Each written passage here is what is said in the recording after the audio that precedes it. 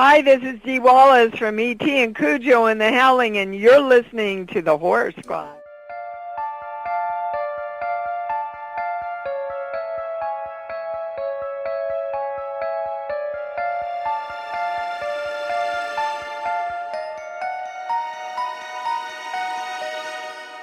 Hello, everyone, and welcome back to the Horror Squad podcast. This is episode number 330, where tonight we are going to be talking about 1996's Peter Jackson's The Frighteners. I'm here, of course, as always, with Steven and the newly published Todd Condit.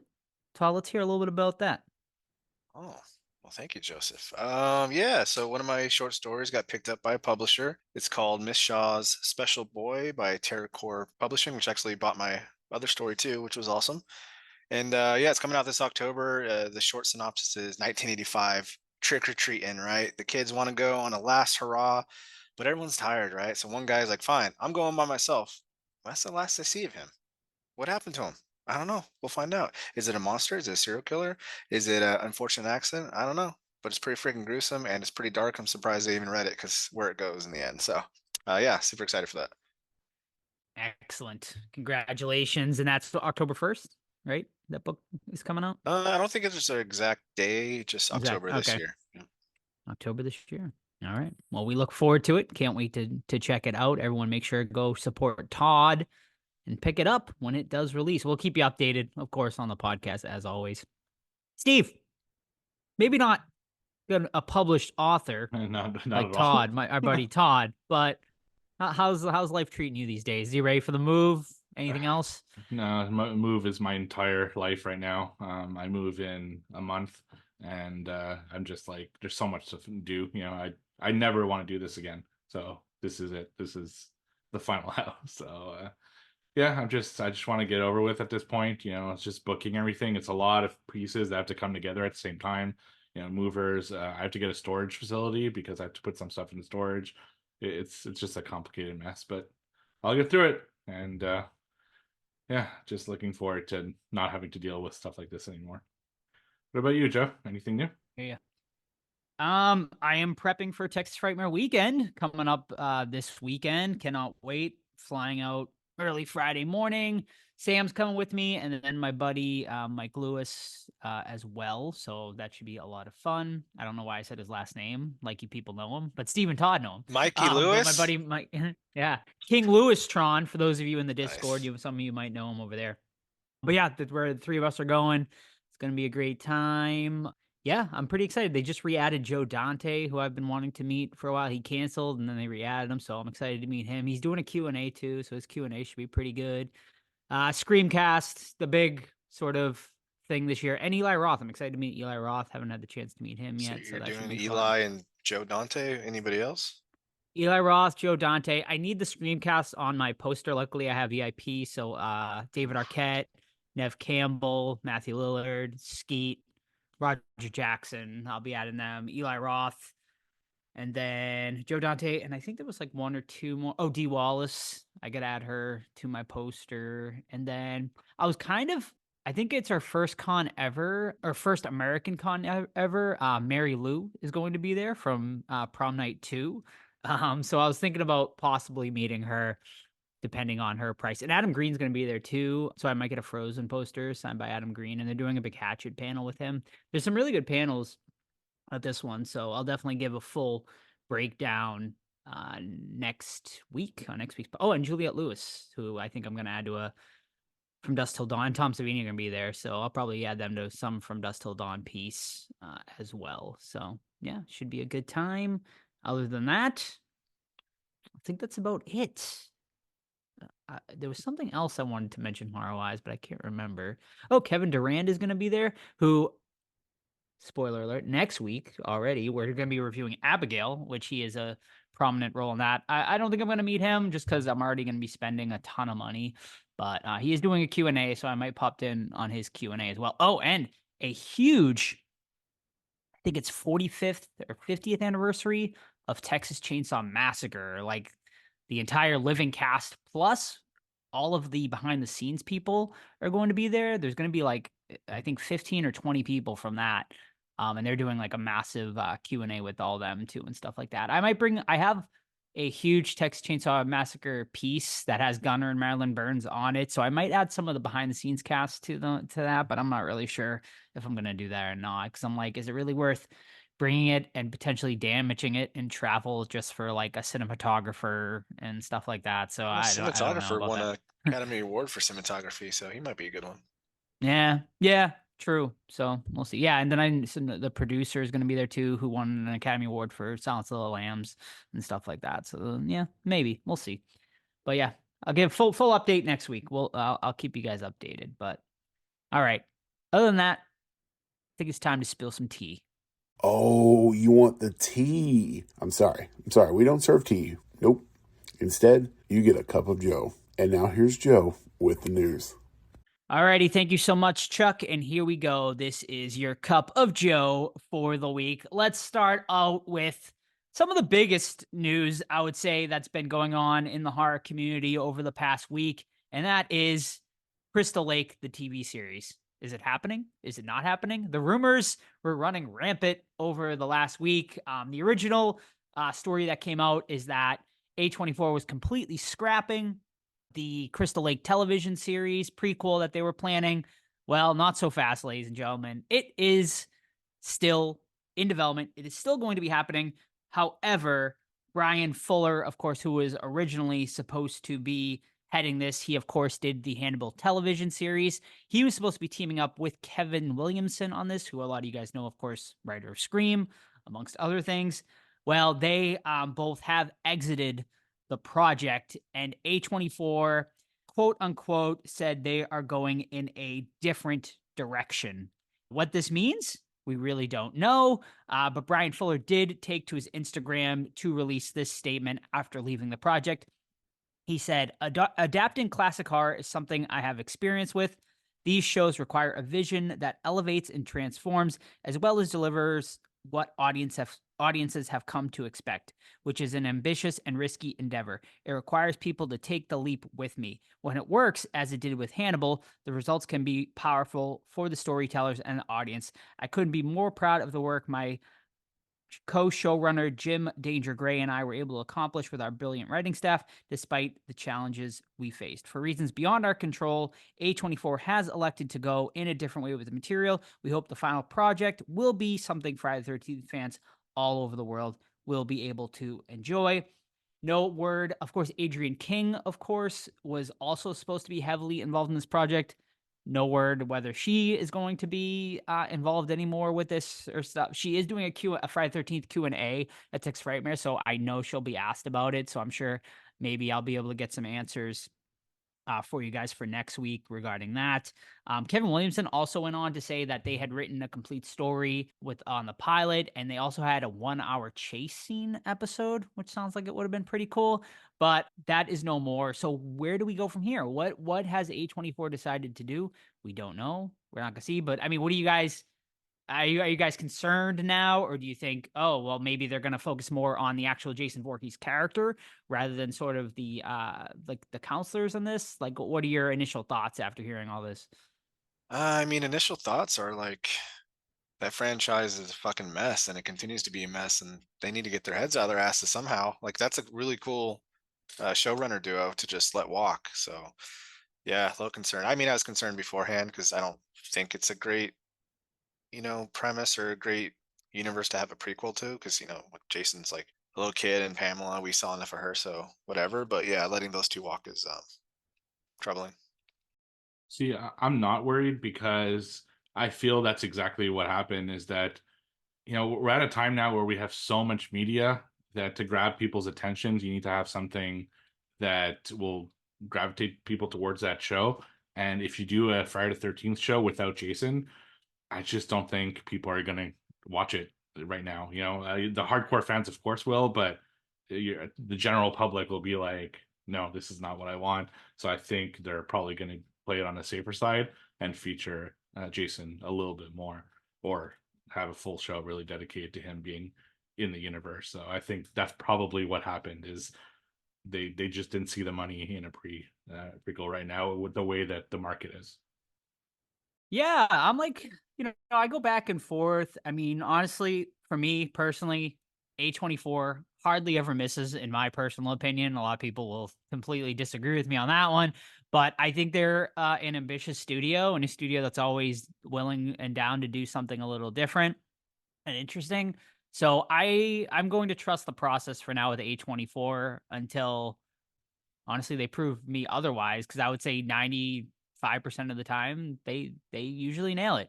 So I'm excited. I agree with Steve. I think they are probably where, like, the mainstream audiences aren't going to care about a like backstory with the counselors and stuff like that. Like, we kind of need Jason Voorhees involved in this some way somehow. So I think that's what we're going to end up seeing with this series, but we'll see. Time will tell, and we'll keep you guys updated, of course, as always. All right, let's go on with the second biggest story that's broke since the last time we do news, and that is a little update on the Exorcist franchise. Of course, it's kind of another franchise that's kind of in disarray right now, as David Gore Green was supposed to be directing a trilogy. Of course, we got Exorcist Believer, which was, I would say, for the most part, universally hated by most people. And Blumhouse listened, and they were like, we're going to pull the plug. We're going to do a reset. We're going to remove David Gordon Green, and let's see where we go from here. Well, I'm happy to report, and exciting news is that Mike Flanagan, of all people, is currently slated and in talks to direct the next Exorcist movie. Of course, Mike Flanagan, most famously, I would say, doing the last few Haunting of Hill House and Haunting Bly Manor, also directed Doctor Sleep, amongst obviously many other, Trick or Treat too. Can't forget that, right? So he has, oh no, I'm sorry, that's Michael Dougherty, right? Another Michael. So Mike Flanagan, yeah, of course, Bly Manor, Hill House, amongst like many other things. He's been a very successful horror director as of late. And I mean, I think this is great. Like, I think Blumhouse, is heading in the right direction, getting a very hot horror director right now, someone who has, once again, someone I don't think has really missed either. I think everything he's touched has been pretty much gold at this point. So I'm very excited to see what he can do with this Exorcist franchise. Yeah, I'm pretty psyched about this. I think it's a perfect name to take on this franchise. Like, we all knew the second they signed David Gordon Green that it was going to suck. It's just he just doesn't have it. So I'm really excited about this. The only bummer thing is more of on a personal note. That probably means he's not doing the Dark Tower because I don't think he can do both, and he was slated for that. But still, I'm pretty excited that it's going to be him taking over the Exorcist role, and now I'll be excited to watch another Exorcist film. Absolutely. All right, next bit of news here is a little update on The Strangers. Of course, we are going to be getting 3 brand new Strangers movies, 2 actually coming out this year so far, as what we know. I wouldn't be surprised if they sneak the third one in towards the end of the year as well.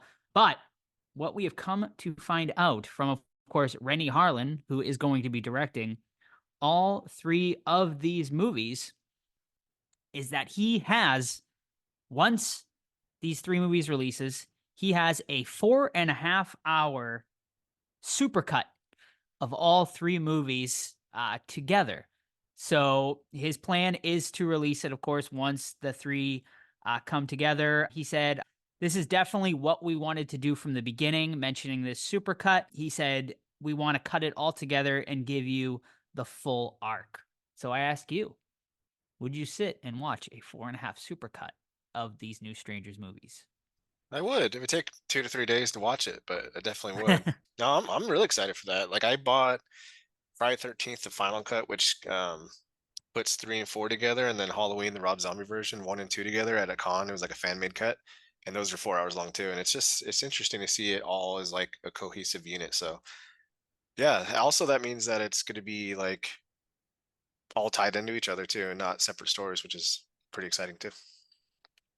All right, Todd, I know you're going to be excited about this. Gas up the Vespa, ladies and gentlemen, because Russell Crowe is back in a brand new Pope's Exorcist movie. I think a lot of us expected this after sort of how the last one ended. And from what I remember, the last one actually did fairly well. It exceeded expectations. Well, it has officially been announced by the producer that it did $76.9 million on a $18 million budget. So I can very well see why this is getting a sequel, but The Pope's Exorcist 2 is happening. Jeff Katz, the producer, went on and announced it on Twitter recently. He also went on to say, he said, we set the character up so that you could take him out and put him into a lot of different circumstances. And remember that the man, of course, was based on Gabriel Amorth, a real life person. He wrote 12 books, so we have more than enough source material to do 1 or 2 more of those films, but that probably won't be until next year. So I got to ask you, excited? Do we need more Pope's Exorcist? Cuckoo. Steve? Yeah, I think honestly we said it during that review that we could see this becoming a franchise. I mean, Father Amorth is basically the Exorcist version of the Warrens. Whether you believe it or not, same thing as the Warrens. So I think might as well, have him be the person who goes to all these different exorcisms around the world, like the real Father Amorth did. He was the most prominent exorcist in the history of the Vatican. So I think, yeah, it absolutely works. I like Russell Crowe in that role. He like plays it seriously, but also is kind of goofy with it, and I enjoyed it. And I hope his little priest friend there that was in The Pope's Exorcist follows him, because I like their banter, the two of them. So yeah, I'm psyched for this. But does he take the Vespa worldwide? Everywhere. So across overseas to Canada and US, the Vespa just Any it goes everywhere. road trips in his father's outfit while riding down the highway in the United States. Right. That'd be cool. I watch it. Definitely. Yeah. We'll see. I mean, last one was decent. I mean, I think it was probably safe. improve. It was a safe film. Like, it was not bad, not fantastic, just pretty dang good, Right. Yeah. And I think they could, we'll see. I don't know. I mean, Russell Crowe's always good, right? For the most part. So I'm always down to watch another Russell Crowe movie. When's Gladiator 2 coming out? This summer. Is he in it? Because I don't know how he would be. No, he's not. I think it's the kid from the Gladiator that they focus on. Was it Lucius or something like that? Like the son that kind of likes him? Yeah, that's right. Okay. Yeah, he was under Joaquin Phoenix, right? Like his nephew or something? Yeah, exactly. Cool. Okay. Excellent. All right. Are we ready for Art the Clown, ladies and gentlemen? Terrifier 3? Well, you get to experience Terrifier 3 2 weeks earlier than originally anticipated. Originally slated to come out October 25th. Well, it has just been announced. We are going to be getting Art the Clown early on October 11th now in theaters. I know it's going to be getting a limited theater release, and then it will be hitting, of course, VOD. Also, I just did a very special Art the Clown thing with a company called Cineverse. A video will be releasing with that. I did in my Art the Clown cosplay. Should be a fun little video. I will post it on the Discord when it finally does release, but I did sort of a cool little thing with them. So shout out to them for thinking of me and letting me do a little Art the Clown acting school for that. But yeah, October 11th now, Art the Clown coming to theaters. Will we be getting the popcorn bucket? I don't know. I don't know if you guys have heard about that. There's a huge thing online. What do you call them there? Those things you sign. I can't think of the word Petition? right now, but petition. Yeah. There's a petition online for Art the Clown popcorn buckets to be released in coordination with the release date. I don't think that will actually happen, but it would be kind of funny if we got some bloody Art the Clown head popcorn bucket. Speaking of Art the Clown, Party City just announced we are going to be getting Art the Clown and Pale Girl animatronics for this Halloween season. You can get both characters, of course, in life-size form. They both do things. I know Pale Girl's eyes light up. I'm not exactly sure what Art the Clown does, but they both look pretty cool. I think Art the Clown is $249.99 and Pale Girl might be $199. So for you Terrifier fans, I would say probably definitely a must to add to your collection. It's pretty wild to think like companies like Party City are releasing like animatronics for such like a sort of low budget movie. Man, it really is a testament to that the director, the filmmate, like everybody that's been involved of how popular that franchise has become. It's really impressive. And it was like completely all grassroots too. It's crazy. So kudos to them, man. It's been great. All right, yeah, we'll end tonight I usually try not to end on sad notes, but that's really all I got left tonight. And it's a rest in peace to two horror legends. The first one being Susan Backline, of course, who played Jaws's first victim. Rest in peace to her. She was 77 years old. And then, of course, the late, great Roger Corman also passed away this week at 98 years old. I mean, he was just a true legend of the genre. Worked with a lot of legendary horror actors, directed, produced, just did everything. So definitely a big rest in peace to him. John Carpenter actually tweeted out just last night, Roger Corman, one of the most influential movie directors in my life, has passed away. It was my privilege to know him. He was a great friend. He shaped my childhood in science fiction movies and Edgar Allan Poe epics. I'll miss you, Roger. Obviously, many other horror celebrities. I saw Eli Roth wrote something, Adam Green. A lot of them went on to just pay their respects to Roger Corman. So yeah, big rest in peace to both of them. Alrighty, gentlemen, let's get into what watched. What y'all been watching this week? I only have one. I've been watching Fallout, and that doesn't really count, but that's a really cool show, especially if you like the video games. But yeah, we're doing our George Romero retrospect again in June coming up next month. Dang, it's already May 13th as recording. That's nuts. We got the Monterville coming up like a couple weeks away. But yeah, I rewatched The Crazies from '73. And I won't go too far into it because we're going to talk about it in about a month. But yeah, a virus gets released on a town and the government tries to contain it, and some liberties are violated and people fight back, and it's just like, who's crazy, who's not, who's the right one? Is it the government being right? Is it the townsfolk? And we're following like these pair of volunteer firemen who try to escape town and things like that. So long story short, I really like this film, and we will discuss it in about a month. And that's all I have tonight for you guys. All right, I'll go next. So my first one this week is a 2024 film that I watched over on Shudder, and it is a French film by the name of Infested.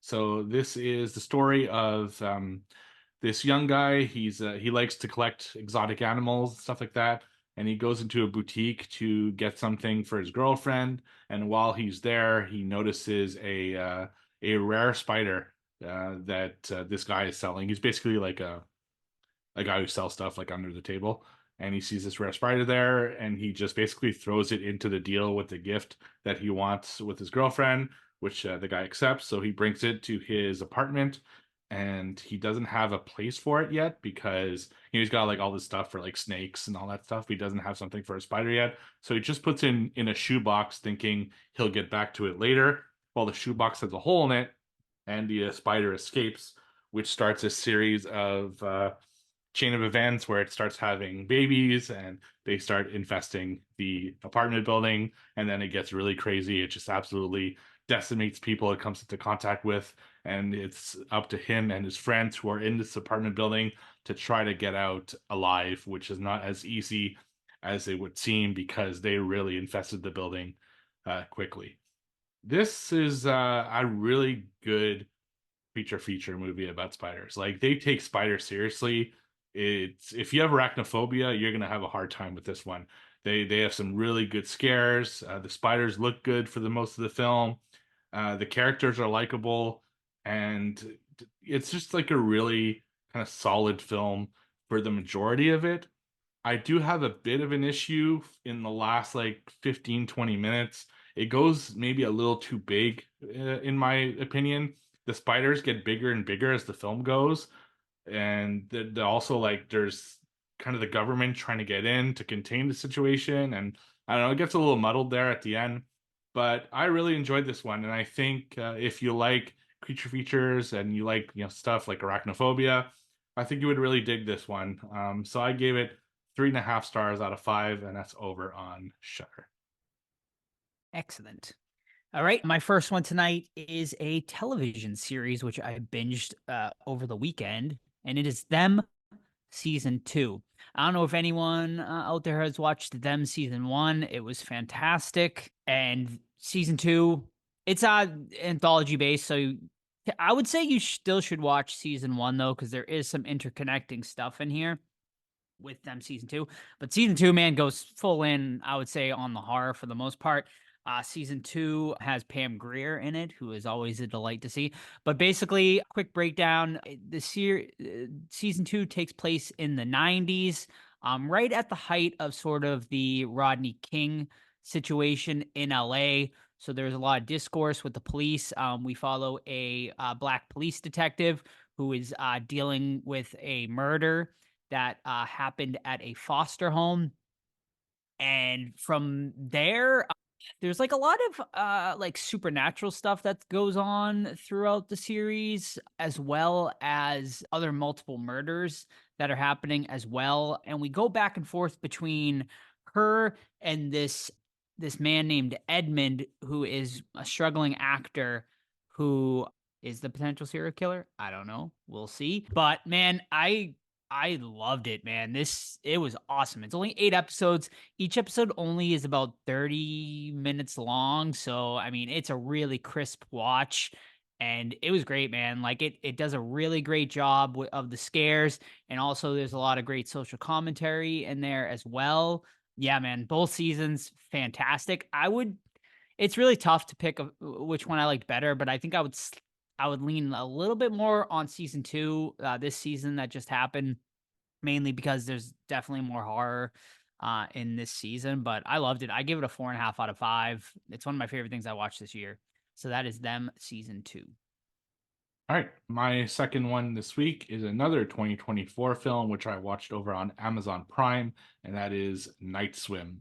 So Night Swim is about a family who buy a house that has a pool in it. It's kind of like decrepit and hasn't been taken care of because people in the past had passed away in that pool and they just kind of left it abandoned for a while. So they buy the house because of the pool, because the main guy, played by Wyatt Russell, who most people know as John Walker in Captain America, he needs like therapy because I think he has MS or something like that, and the pool would kind of help him out with his movement. And they reopen the pool, everything's going well with the family, but all of a sudden weird shit starts happening and it becomes kind of a paranormal slash supernatural entity thing attacking the family, and the pool is kind of like ground zero for all that activity. If I didn't know any better, I would have sworn that this movie was written by an AI program. It has so many cliches and such a generic script that it feels like it was spat out by an algorithm rather than someone's imagination. It's just so fucking bland. Like, even, and I'm not going to spoil it, but even like the entity that ends up being kind of what is haunting this whole thing just looks the most boring and bland design that you can imagine. It's something that we've all seen before. There's just not a whole lot to love about this one. Despite, I think the performances are decent, and I like the setup. Like the first act, I was kind of into as they were kind of setting up the story, but everything from Act 2 on was just a fucking jumbled mess. I don't know what the fuck this was. I personally did not enjoy it very much. I gave it 1.5 stars out of 5. Even that could be generous little bit in my opinion, but I would avoid this one. Honestly, it's pretty bad. So that's Night Swim 2024 over on Prime. Agreed. I think I talked about it like last month, and yeah, it's really bad. All right, going from one underwhelming Blumhouse movie to another underwhelming Blumhouse movie. I watched Five Nights at Freddy's. Finally, it's been one I've been putting off for a long time just because I haven't heard a lot of people really talk very much great about it. But I was like, I had nothing to watch. I was like, I've been wanting to watch it. So, and I'm going to meet Matthew Lillard next week. So I was like, let me see how he does in this. So for those of you who don't know anything about Five Nights at Freddy's, basically, it's based on a video game, a very popular video game series, one I personally never played, so I had really no inkling to really what I was getting into, other than I knew like Willy's Wonderland and Banana Splits were somewhat of a similar thing. But yeah, so this one is about a young man who has custody of his sister. He's sort of struggling, trying to make ends meet, find a job and whatnot. Has gotten into some trouble in his life and stuff like that. He is offered a job to take a security gig at a sort of Chuck E. Cheese type establishment where basically he just has to watch the cameras at night. And of course, lo and behold, the animatronics are alive in this Chuck E. Cheese type establishment, and he has to sort of try to survive madness that ensues throughout. Yeah, man, this one was just really weird to me because like I felt like it didn't know what it wanted to be. Like it really struggled with its identity, I feel like, because at times I felt like it was a really great introduction to like horror movie for children, but then in the second half it gets like really fucking dark, and I'm like, this is even a little too dark even for like a child to watch. But I mean, at the end of the day, it's like just really poor writing and the cliches that like we just get throughout. It just at the end of the day, like I just found it dull for the most part. And for a movie about like killer animatronics to be dull, I mean, you really have to fuck it up, I feel like. But they really did. Like I definitely preferred both Willy's Wonderland and the Banana Splits movie over this. I do think though there is potential. Like I know we're gonna get another one, and I feel like it got better like in the last like 20 or so minutes, that I think it like they could do better in the obviously I think they've already announced a sequel, so I think there's potential here. But as this movie stands, I gave it a 2.5 out of 5. I mean, not terrible. Is it something I'm ever gonna watch again? No, but I think they need to figure out what they want to do in their next movie. You're either gonna cater to the kids or you cater to the adult horror fans. Figure it out. You have to pick a lane, because this just was really unfocused to me, and I think it is what ultimately hurt the movie. Alrighty, that it? That's it. Oh, all right then, daughter, bust out the books, baby. Let's hear them Ugh. scores for trivia. All right. So we have a two-way tie with 9 apiece for Joe and Steve, with me in second place with 8 for quarter el numero dos. All right. We are doing a little bit of a parental guide tonight. Oh. First up is sex and nudity. All right. We have 2 graphic sex scenes. We have breasts of the female variety and buttocks of the male and female variety. Love An it. older couple has sex. You're People are creeping me watching. out, man. Creeping you out? I thought I was turning you on. All right. Doing the opposite. People watch porn. They're scantily clad women throughout. They're doing sexual role play. They're revealing their panties and their bras. A male, as seen standing with his dong out in shadow. And then someone just mentions extreme male and female nudity, because that wasn't enough to describe it previously. Violence and gore. People are shot with guns with brief blood splatters. A dead body of a man is shown hanging with blood on it, and his genitals are shown. A cow's corpse is seen laying cut open on a road with graphic detail of its organs and insides spilled all over the road. A man hammers a woman's hand repeatedly with bloody results. That's familiar. A dead body is shown in the first minute. Blood under white sheet, but no graphics are shown. All right. We'll go on to drugs and alcohol, which is moderate. A woman snorts cocaine a couple of times. A bunch of characters smoke cigarettes and joints while drinking beer. And we're getting to spoiler territory now with violence and gore. Okay. A killer murders a man by repeatedly stabbing him in the neck. Okay. A woman is pushed into a pond and her head suddenly gets bitten by an alligator as she gets eaten. The water turns a bloody mess. Is it X? It is X. Yeah, it is X.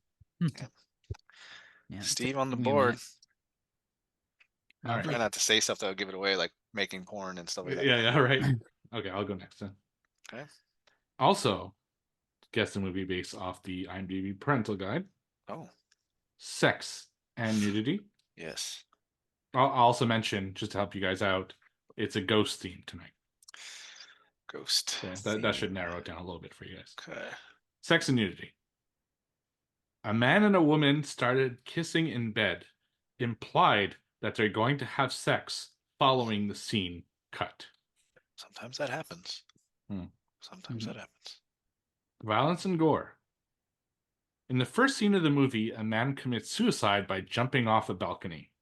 The deceased body of a man is witnessed by several shocked bystanders and his wife after he commits suicide. His limbs are bent at odd angles, one of his eyeballs is popped out of the socket, and blood is pooled out from his head. I should give it away. Yeah, it should. Profanity. There are 2 uses of hell and 1 use of damn. Oh, how dare they? Alcohol, drugs, and smoking. Casual smoking amongst employees at a restaurant. Happens. Frightening and intense scenes. The fact that, in contrast to traditional haunted house stories, the characters are not safe from the ghost's wrath even when they escape from the house, and the curse essentially spreading like a virus from person to person with seemingly no way to stop it, can be very intense and frightening for some viewers. Sheesh. I'm It drawing- follows. Wrong. Good guess. Drawing a blank on this one. Is that all we got? Yep. Ooh. I figure if you don't get the opening suicide, you're not gonna get it. And I have zero thoughts on what it is. All right. You guys get up? I do. Joe? The yeah, no, I don't know. Okay. So the answer was The Grudge. It's been a minute. The It's been a American minute. remake. Same, I haven't Very seen it since yeah. theater. same. That's a lie. But I haven't seen it in a long ass time. Do you I know the definitely remember watching it home. the Japanese version of The Grudge has like versus movies with Yes. The Ring? Yeah. They Yeah, go like The Ring versus The versus Grudge. Kong Yeah. territory there. Yeah, I've never seen it one, but I mean, I started watching interesting. the series and then I got distracted by other stuff. I need to go back and finish it and get to the verses. that'd be a fun one to review. Maybe like a Ring versus The Grudge. Yeah, will it right. be as fun as Lake If they're Placid good. versus Anaconda? I don't know. We'll see. I really like that one. That was We'll see. surprisingly good. Alrighty, my first one tonight. Of course, Peter Jackson, our man, directed The Frighteners. He did. Well, March 29th, True. 2024. He did an interview naming 3 of his favorite horror movies of all time. Can you just name? Give me one. Give me one. Give you one. Jaws. Mhm. No, I'm gonna go. I'll give you one more guess. The Evil Dead. I'm gonna go Halloween. All right, Todd got it. Evil. I was letting Steve guess first because he Oh, got my it. bad. 'Cause you gave 2 guesses, but My you bad, my got bad. Evil Dead.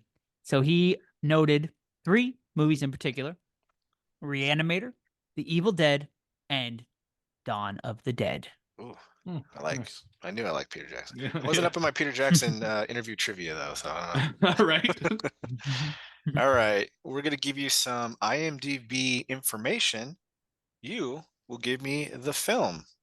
Mhm. All right, so this film came out in 1992 with a rated R for violence and cussing and stuff like that. Coming in at an hour 40 minutes with the tagline "Raise some hell." All right, let's give you some more information here real quick. What year? What was the year again? 1992. Army of the Okay. of Darkness. Well, I have plenty more information to go, Steve, but no, that's incorrect. Damn. Directed I by have to I give will it a wait. shot. Yeah. Mary Lambert. Ah, damn it. Oh, Pet Cemetery 2. Yes. You got it. Steven with the early. early load. Yeah. I actually bought the Blu-ray recently, and I'm excited to watch it because I've only seen it in bits and pieces. So, be cool. It's a good one. I like Yeah. it. Underrated, I think. Yeah, I was watching on Well, TV. maybe I'm not like, you know what? underrated, but let me watch this from the beginning. And I bought it. I mean, Clancy Brown's awesome in it. He's and yeah. And Furlong's good. It's Yeah. good. I mean, it's not as good as the original, but it's a good one. All right. Back. Is it All to right, me? that's mine. Steven. Oh, yours. Okay. So guess the movie by the cast. Oh, Emily Browning, Carl Urban, Isaiah Washington, Desmond Harrington, Gabriel Byrne, Oh. and Juliana Margulies. Oh, wow.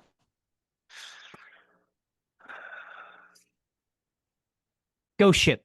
Correct. Nice. Yes. Hell yeah. I forgot Carl Urban was in that. I didn't even know he was in there. I did too. Yeah. I was like, no clue. I knew Juliana Margulies wasn't in a lot of horror movies, so I was Right. like trying to put that one together. Yeah, that's why I gave the whole cast Alrighty. time, because the rest were kind of harder. All right. 3 letterbox reviews. Can you guess the movie? 100 minutes of pure insanity. Dead Alive. Correct. It's fucking bullshit. Bullshit. That's what it is.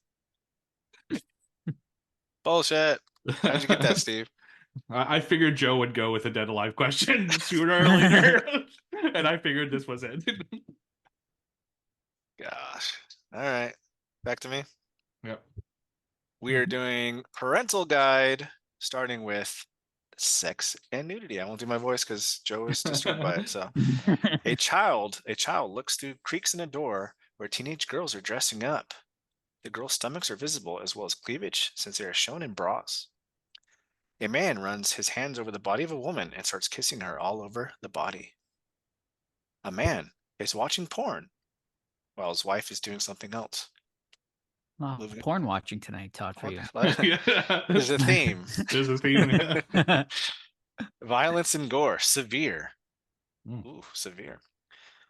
We see a quick glimpse of a woman's throat being slit. The blanket she's in gets bloody. We then see her hung on a scarecrow perch while she's dismembered, and her body parts are strung about. Ooh. A child graphically vomits. Trick or treat. Correct. I thought it was Yep. with the perch, but I wasn't 100% sure. Yeah. I was thinking Children of the Corn at first. Yeah, no, because I remember that display very vividly from Halloween Horror Nights. So, Mm. all right, regular question.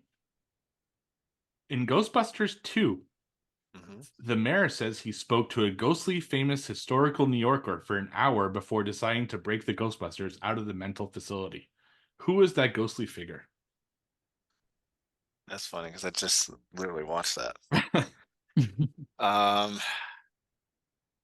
Fuck. George Washington. Wrong.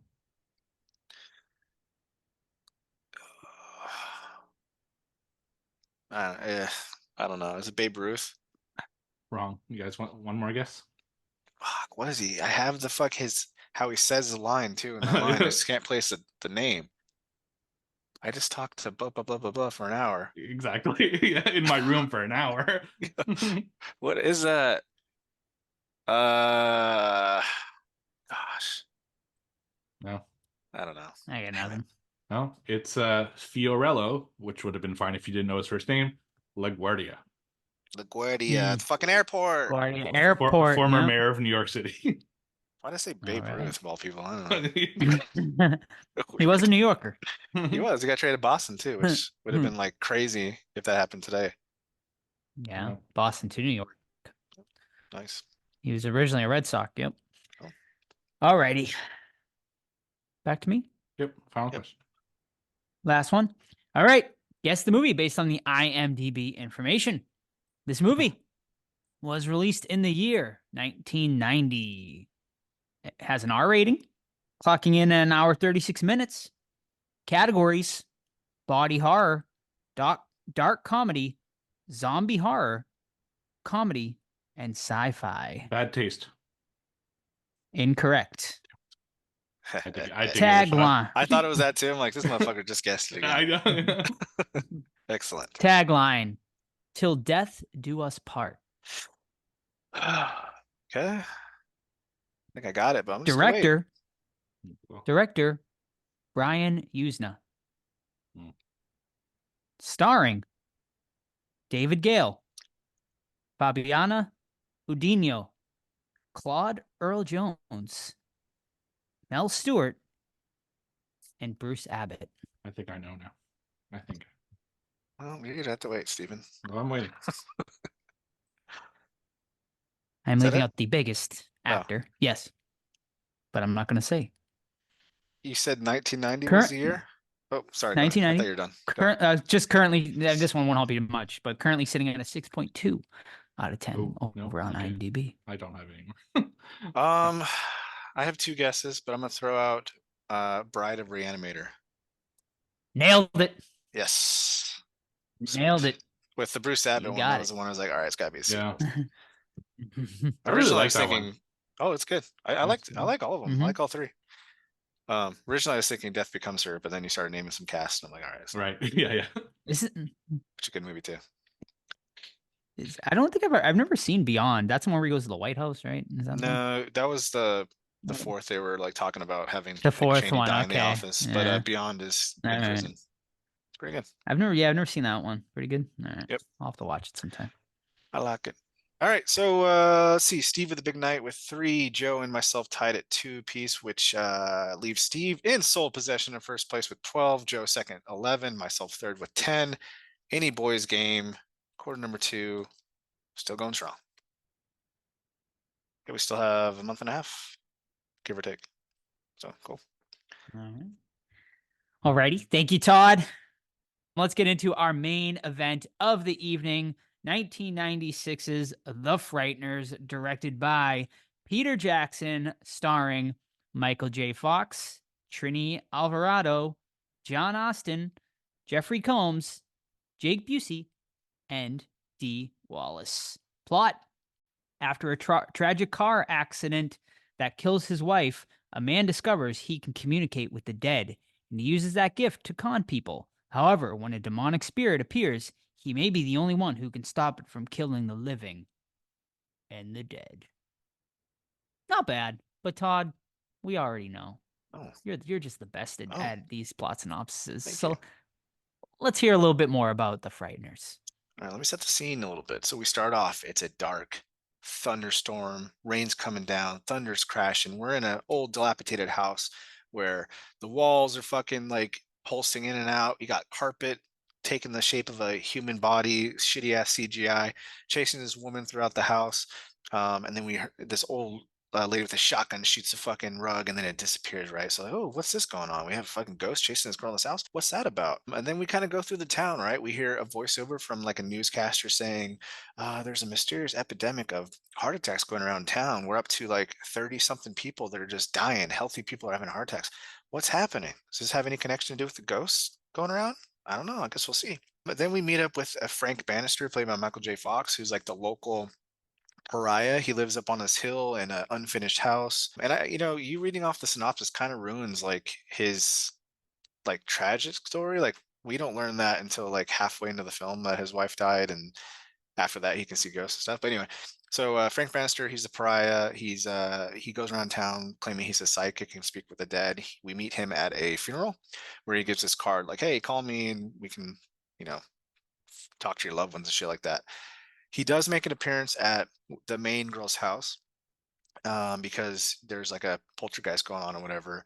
And he goes up there and solves the case, whatever. And it turns out that Michael J. Fox has a couple ghosts that tag along with him. And they're his partners where they go into the house, pretend there's a poltergeist coming in. Michael J. Fox comes in and like saves the day and gets paid for it, right? But then he's also seeing real stuff, like real scary stuff go down. He's seeing people with like tattoos on their forehead, etched into their foreheads with numbers, and like, what the fuck? And then that person dies, and then he sees like almost like the Grim Reaper come in there after every kill, and there's like he figures out there's a bigger like demonic presence at force here, killing people one by one.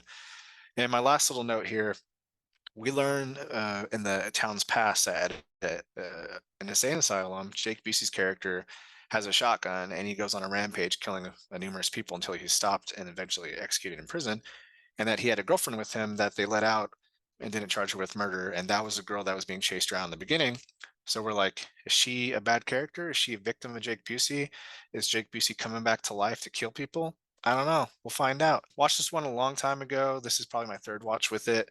I loved it then. I like it now. There are some issues with it, most of it being like dated in the 90s, but Michael J. Fox is always a treat. Jeffrey Combs, who plays this FBI investigator that's like deranged because he goes into all the weird shit like the X-Files, and he like does a lot of drugs probably to like infiltrate the cults. and he has a Hitler haircut, which it was funny to read that they actually like planned that to look like Hitler's haircut. Like Jeffrey Combs' decision was to have that cut. I'm like, wow, that's crazy. Jeffrey Combs is nuts. Michael J. Fox is awesome. The ghosts look pretty damn cool, and I really love the feel of this town. Everything's wet, everything's like falling apart, and I just like it. So overall, I like it. Yeah, it's been a minute since I've seen this, but man, I watched this like so many times growing up as a kid. Like I loved it so much then. And I agree. I like it now. I don't love it as much now. Like I feel like it's still great. Like it's still a really good movie, but I didn't feel like the same like love for it that I had when I was a kid. But yeah, man, I actually think for 1996, the CGI is pretty good. Like for the most part, like I think most of the effects are pretty solid for a movie that came out back then. But yeah, man, Michael J. Fox is great. All the ghosts are really awesome. I love the look of the Grim Reaper character that's, infiltrating this sort of small town. Just all the ghosts sort of have their own personalities, which I think is great in this. And I like Michael J. Fox's sort of arc in this. Like he starts off as sort of this unlikable con man, but by the end you sort of like him. There's definitely some issues I have with it, but at the end of the day, I think this is just a really fun movie. So this is a movie I've seen quite a few times over my life. In fact, I just bought it on Blu-ray like maybe last year after my last rewatch, and it's one for some reason I'm either hot or cold on depending on when I watch it. And I'll be honest, I think I was a little colder this time than I expected. There's just I don't know, there's just so many different styles and like genres that they're kind of playing with here that I don't find it's a cohesive movie. I feel like the beginning and the end are two totally different movies, and I wish that he had kind of picked one or the other rather than trying to do both. There's just a lot of things that kind of bothered me this time, especially, and I probably the biggest issue I have with it is that A, I think it's too long, and B, by the final act, I was kind of like my mind was starting to wander. Like I didn't really care what was going on. It was just kind of all over the place. They're introducing all these elements. I'm like, I don't know if this is necessary. And I also found the humor to be very juvenile, like not in a funny way like Dead Alive was, but in a really kind of like this is this really supposed to be funny? Like I don't know. So yeah, I didn't love it this time, but there's still some really great things about it. I love the ghosts. I kind of wish that they focus on the ghosts more because they're very interesting. I like the cast of characters that you have inside of the cemetery, which we really don't get to see enough of, in my opinion. And Michael J. Fox is great. Now, do I think this is his best role? No. You can tell that he's starting to suffer from Parkinson's at this point. He's got kind of little issues in his delivery and stuff like that, and not his fault at all because he's an amazing actor. And like the other like the woman in it, I wasn't a big fan of. It's like they just couldn't get Gina Davis or Julia Louis-Dreyfus or Minnie Driver and just like essentially put that hair on her and pretended it's her. I don't know. There's just a mishmash of too many things that unfortunately for me didn't work. All right, that concludes it. So thanks for listening. Have that sucks because now I'm bummed that you didn't love it. But no, man, like I think Michael J. Fox is like the fucking man. So whenever I see him in anything, I just always think of Marty, and I think that might have went against him in the long term because you get typecast like Luke Skywalker did, Mark Hamill. But like, there's just something about him, Michael J. Fox, that is comforting to me. In whatever movie I am, whatever movie I watch, I'm like, oh, this is fucking cool because Michael J. Fox is in it. Have you ever seen the behind the scenes where he keeps fucking up his lines and then repeats Back to the Future lines? No. Yeah, he would maybe this has something to do with the sickness. I'm not sure. I don't know how it works, but he would ruin takes by yelling out Doc, like Doc, trying to get his attention during scenes, which is I thought was funny. But yeah, I agree with it kind of being a little too much. Like even my synopsis is kind of weird because like I'm talking about a weird opening scene and then you have an insane asylum mass murderer and then you have the heart attack thing going on and then you have death coming in and then you have fucking his wife. It's like really how many subplots do we need? And then to throw Jeffrey Combs into it like 45 minutes into the movie, it's wild because his character isn't subtle. His character is a freaking psychopath. I wish that Jeffrey Combs would have been there from moment number one and that he was just like the opposite of Michael J. Fox in the town where they were both pariahs, but this guy was more like Jeffrey Combs is more of like the corner preacher that's preaching about fucking end of day stuff. I think that would have been cool from moment one instead of having him just appear out of nowhere and steal every scene he's in. See, I'm actually on the opposite end of this. As much as I fucking love Jeffrey Combs, I would have cut him out of this movie completely, honestly, because I really thought his character was really out of place. Like it was just like way too over the top, where it was just completely unbelievable to me for the most part. And I feel like it was just an extra like new character and like another plot device that just wasn't needed. Like the main focus should have been on this Grim Reaper character, who obviously we come to find out is sort of Jake Busey doing his stuff in the afterlife, killing as many victims as he can to keep adding to his body count, and just focus on that. Like just focus on Michael J. Fox, the ghosts, and the Busey and Dee Wallace character, like that crazy couple, and kind of cut a little bit of everything else out of here because it just wasn't. It went on for too long. Like at almost 2 hours. This movie didn't need to be 2 hours. Like this should have been like a tight 90-minute movie. And as much as like I did enjoy Jeffrey Combs like over the top performance and stuff, like at the end of the day, I just don't think it was necessary.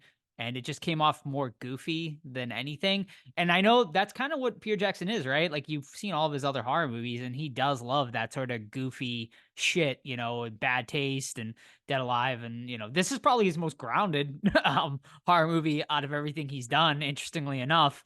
But yeah, I mean, you could see sort of, I guess, his growth as a filmmaker in this one, and it's kind of crazy to think his next movie was Lord of the Rings. Like, I still don't get how he got those films. I cannot fathom how he was in a room with right. producers.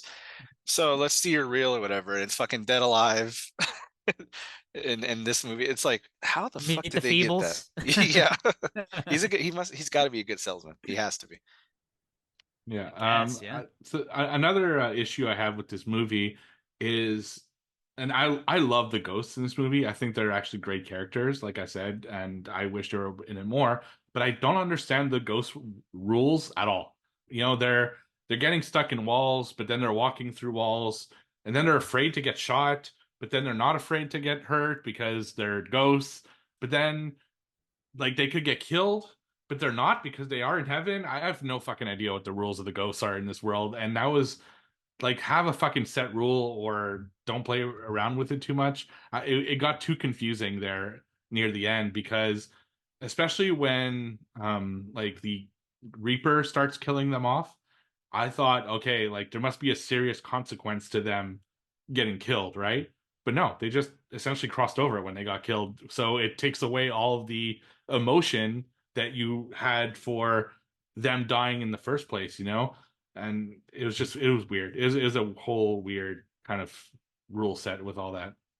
I agree, and that was my main gripe on the Letterboxd review. Is like it seemed like the rules changed to fit the narrative.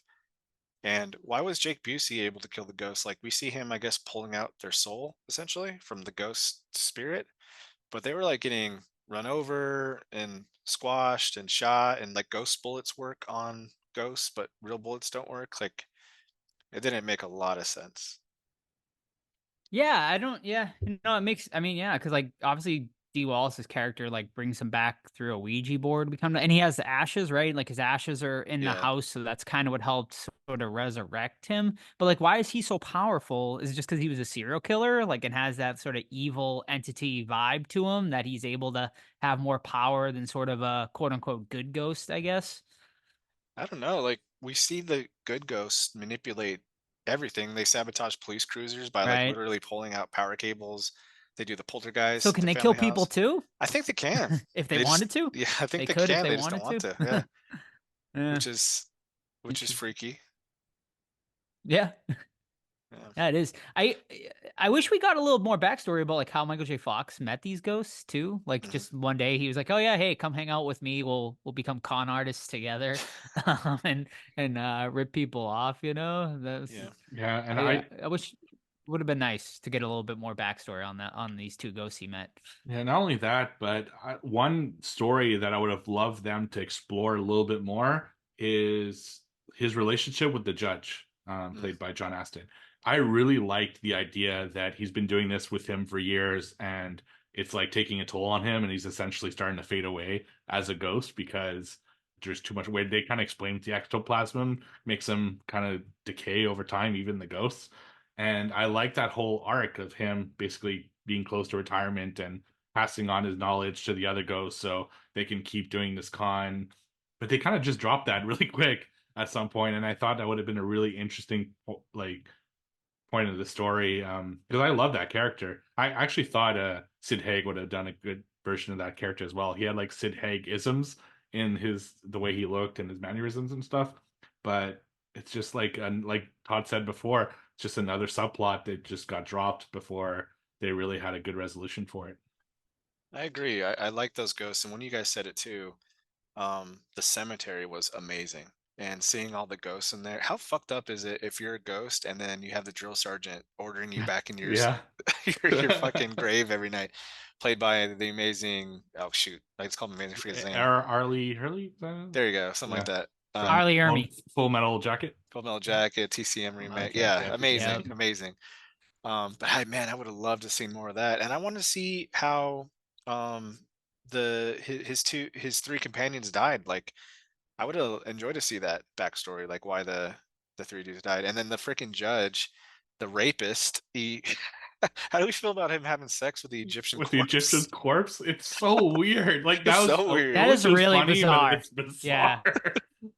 It comes off really weird. Yeah. It's rape. It's rape. I mean, what else It is is it? absolutely. It And is. then Yeah. 100%. and he's like, But is it necrophilia if he's also dead?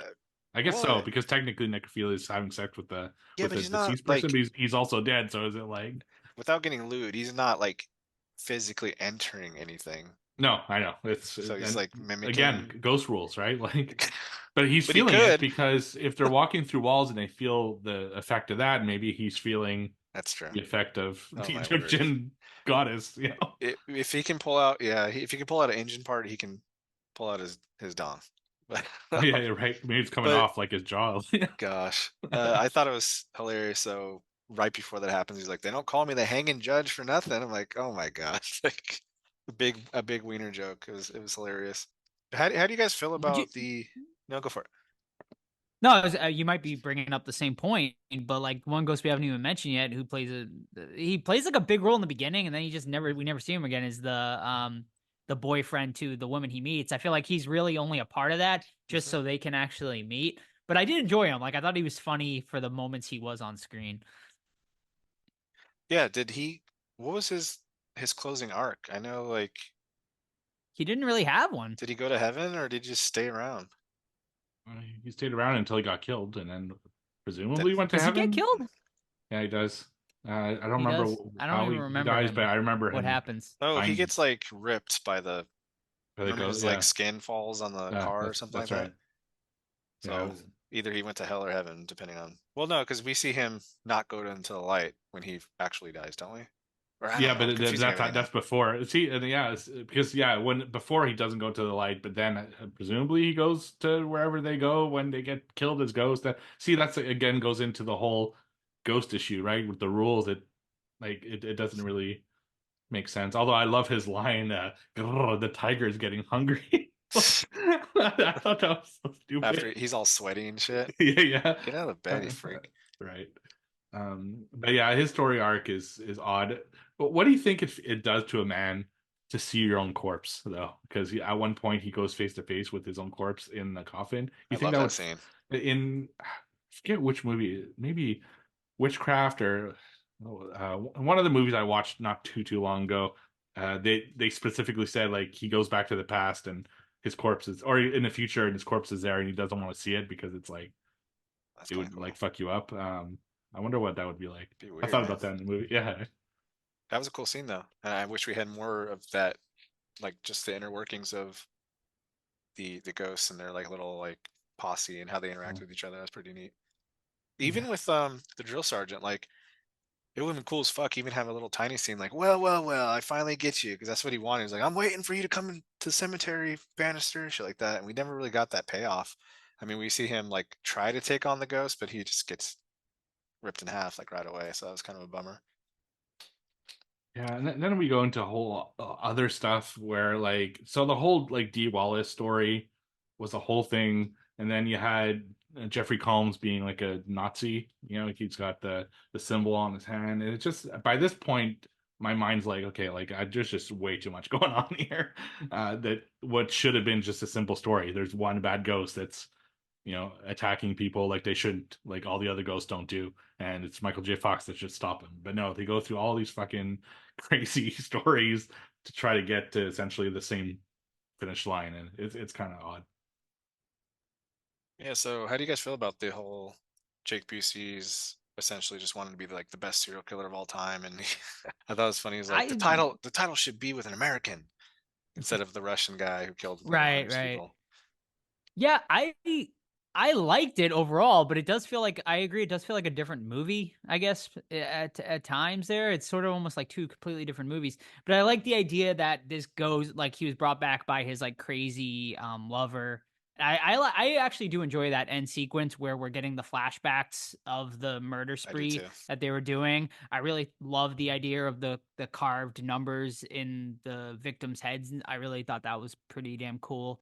So yeah, I mean, I like Dee Wallace. Like, she's always great in everything she does. So I liked that storyline, and that's what I'm saying. That's why I'm saying like I feel like they could have cut out some of these other side storylines, and I think we could have had even a pretty good like dark movie is in here too without the comedy if you just focus on some of those other aspects. But overall, I dug it. I like that part. Yeah, like the whole thing where Jeffrey Combs is like he was Charles Manson's sex slave and he got his nipples burned off. Like, What why? Like, I missed that. When did that happen?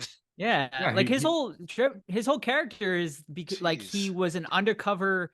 He was undercover in cults, so Mhm. he would go from like cult to cult, and that's why he's so fucked up because like he like was working. He was like in deep with all of these like sex cults and crazy cults and shit like that. Yeah, and he takes his shirt off and he's got his nipples burned off and he Oh explains that wow. it's when he Yeah, went to I Helter forgot that. Skelter with Charles Manson and all that stuff. So it's like it's just all this stuff that you're like, that's why, you know?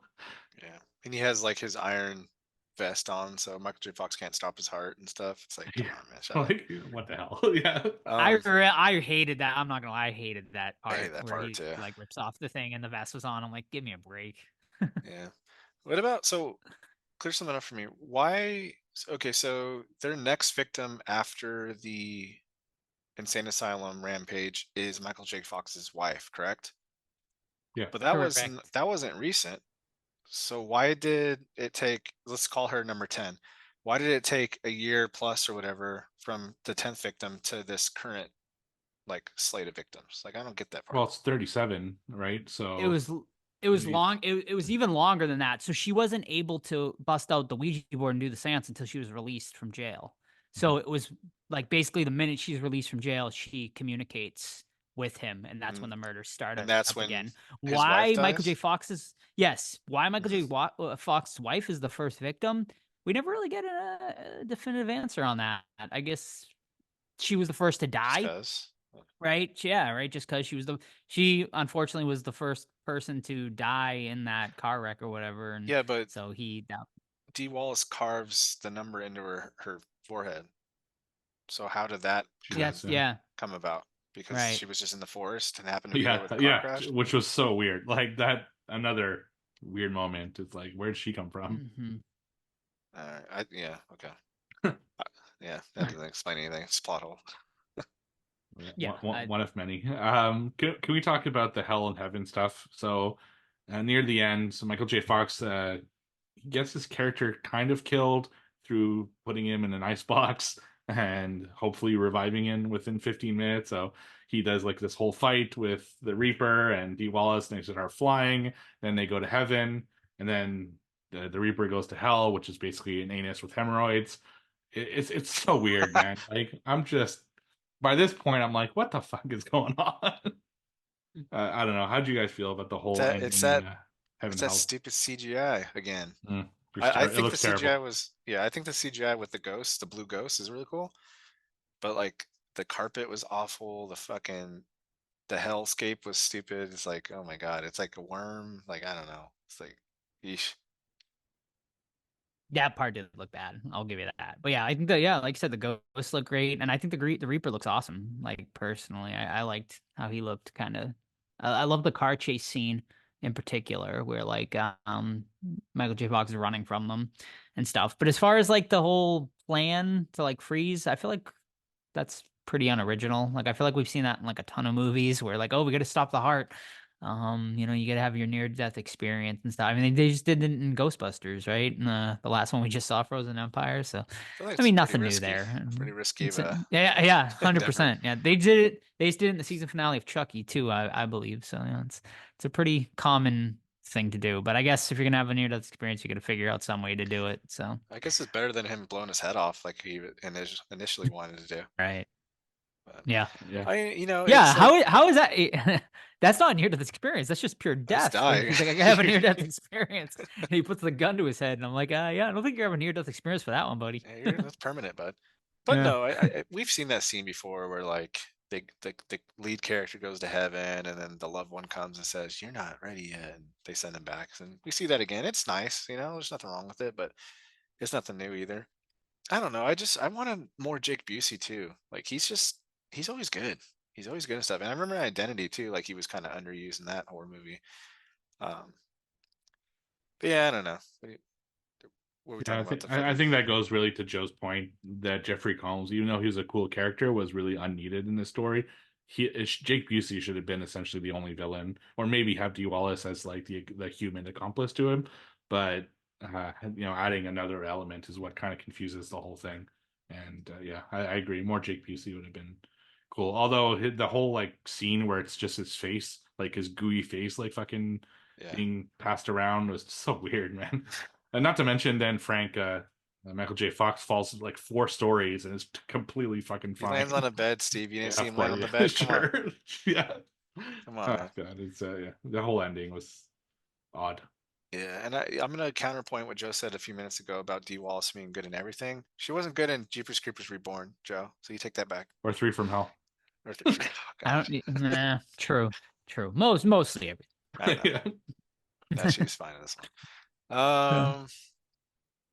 Yeah. I mean, what else do we add to it, really?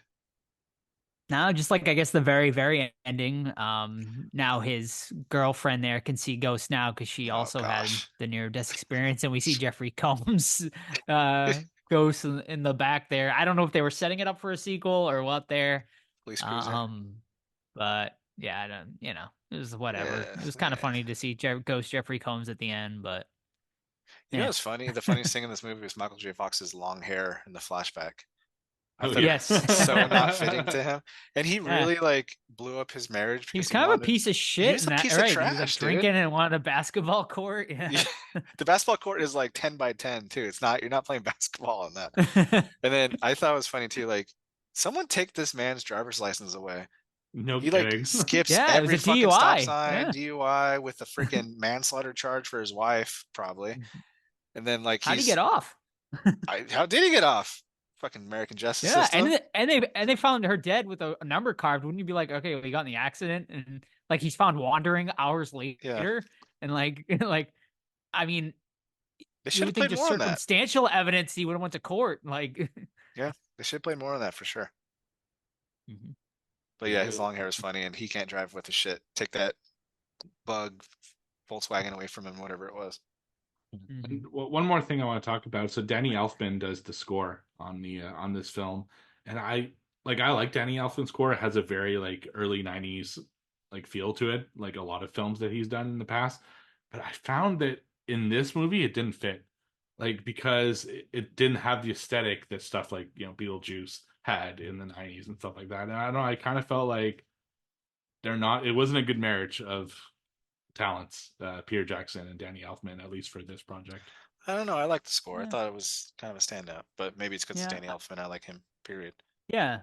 I liked it. I mean, honestly, this movie did kind of give me Tim Burton-ish vibes at times. Obviously not like completely, but like sort of the small town feel and sort of the ghosts and stuff like that definitely gave me a little bit of Tim Burton-esque. One more gripe for you guys. So we know that Michael J. Fox is the only character that can see these ghosts until the end, right? So why are his 2 friend ghosts hiding in the trunk of the car when they're driving away from the fake poltergeist. Makes no sense. 0 sense. No one can see him. Yeah, the ghost, the way they reacted to fucking everything, like, was didn't make sense with their rules. Whether they're afraid of one thing or they're not afraid of other things, they're passing through things easily, they're not passing through things easily. The whole fucking ghost rule thing is just not good in this. All right. More negative on this than I thought we would, honestly. But I think that pretty much wraps it up, I think. So I'll start us off with rating it. Yeah, man, like I said, I love this movie growing up. On a rewatch, I was like, yeah, it was good, but it definitely didn't blow me away this time around like it used to. I definitely still nostalgia definitely plays a factor though, still with me. Like it was still like felt like very familiar rewatching this. I remembered like pretty much every scene in it. So I'm still going to give it a 4 out of 5. And I think realistically, I probably should give it a 3.5 out of 5 after sort of the discussion we had, but I'd still rewatch it. The nostalgia plays a big factor for me. And I still think it's a really fun movie at the end of the day. So 4 out of 5 for me. Yeah, I'm with you. I'm a 4 out of 5 as well, and I did shit on it constantly throughout this review. But I think if I didn't know who Michael J. Fox was and Back to the Future was never a thing, I don't think I would find it as charming. But since I love Michael J. Fox so much, that definitely elevates it already. Plus, Peter Jackson's a good storyteller, even if this story is a little bit convoluted. He shoots movies very well. I love the feel of the town. I love the graveyard. I love ghosts in general. So I think it's overall a fun movie, but still a little bit shaky. Needed to be tighter. Yeah, see, I'm going 3 out of 5, because there are so many issues. I feel like Paranorman did this story better than Frighteners did. Basically is how I feel about it. Had it not been Michael J. Fox, like Todd said, it could be a 2 or 2.5 out of 5. But I really like Michael J. Fox, and I do like some of Peter Jackson's like little style in here. I like his cameo. I thought it was hilarious that he plays like a kind of punk guy. And I'll watch it again. Like I bought it on Blu-ray because I do intend to watch it again. It's one like I watch it a few years and I feel differently every time I watch it depending on my mood. But this time, 3 out of 5. It's still something you should watch, but not one of my favorites or anything. Yeah, a good Halloween time season watch. Kind of get you in the spooky mood. There's a lot of spooky stuff and stuff in here. Also, Peter Jackson's last horror movie. Will we ever see? My last question is: will we ever see a Peter Jackson horror movie ever again, or do you think he's done? I think he's gonna Not come with back. I really do. I don't know. I He's think producing the he's new got Lord of the one Rings more in movie. him. That's going to be his Nah, I know. life for a couple of years at least. Yeah, honestly don't know why he hasn't done it. Sam Raimi came back. The first right. one that comes to mind. So I hope so. He loves horror movies. He's got to have some ideas. He's just been so fucking busy though between Lord of the Rings and the Beatles thing, which consumed his life for so long. And The Beatles thing. What's I, that? I I did The yeah, he did. documentaries. He did a Oh. Beatles documentary where he like found like all of these like master tapes that never been seen. It's really good. It's on Disney Plus. If you're a Beatles fan, it's a must watch. Didn't he do the World War One documentary thing too, where he cleaned it all Yeah, up? he did. Okay. Yep, yep. Which I haven't seen yet, but I heard that's amazing too. Yeah, the closest Um, we probably got to a horror film he's done is Lovely Bones, which is probably like 10 years ago at this point or more. But it right. wasn't. That It movie's did. just depressing. Yeah, it didn't feel like a his type of horror movie. I want him to go back Right. to a Dead or Alive type horror film, and I hope Mm-hmm. he does it before he retires because it'd be cool to kind of go back out the way he came in. Well, I don't know. I think Yeah. he's too big of a director now, and Hollywood just keeps throwing money at him for these big projects. So Yeah. What would be like perfect for him? Because like I wouldn't want to see him do like an Exorcist movie just because like it's not his style I for just want him to horror. do an But original, like, honestly. yeah, Yeah, yeah. Go crazy with yeah, it. sure. I think what's gonna happen. I think it's gonna happen before. I think he's like once he starts settling down later in life. I think we could see one day another Peter Jackson horror movie. Dead So Alive fingers 2. crossed. Oh man, imagine that would be insane. I kick ass for the Lord. Dang, dude. What did Letterboxd think Still about this on. movie, Joe? Oh, good call. Todd, you're always great. I I forget know. every single week I know. that we do that, and then you bring it up and I remember. All right, so currently slated at a 3.4 out of 5 over on Letterboxd. So right in the wheelhouse of between the both of us. Steve gave it a 3, we gave it both a 4, so right in the middle on Letterboxd. And last week I said out of 10 on Letterboxd, so I apologize for you people that thought we do Immaculate was getting a 3 out of 10. No, it was like a 3.2 out of 5. So just to correct Just erase myself that on that episode one. altogether, Steve. It's ruined. Alrighty, gentlemen. That is going to wrap it up for this week's episode. Steve, what do we got next week? We are going back to 2024 again, since a lot of the releases from early in the year are starting to come out on VOD. So we're going to watch Radio Silence's new film, Abigail, next week, and I'm looking forward to it. I haven't seen it yet, so should be a fun one. Alrighty. So go check it out. It just released VOD recently. If you do want to check it out, currently not free anywhere, but if you want to pay a little bit and watch Abigail, I know a lot of you probably already saw it in theaters, but go and check it out. Melissa Barrera, Catherine Newton, a lot of other. Was it Gustavo Fring there? Giancarlo Esposito as well in there. So really good cast. Next week, 2024's Abigail.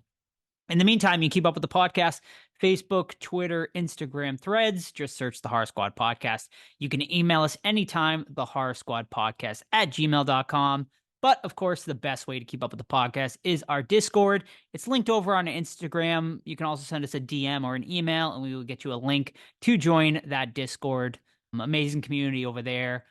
Always a lot of channels to sift through, a lot of conversations always happening, including our 2 big events coming up. Living Dead Weekend coming up first in just a few short weeks, June 7th through the 9th, Monroeville, Pennsylvania, the home, of course, of George A. Romero's Dawn of the Dead.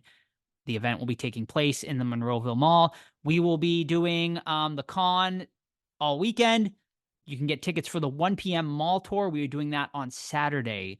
So we are a lot of behind the scenes stuff, filming locations of the movie and whatnot. We also are planning a couple of dinners on Friday night and Saturday night. So everyone can mingle and hang out. So join the Discord and you can get information and details on there. And we'll, of course, listen to the podcast every week and we'll give you the full itinerary once we settle that down.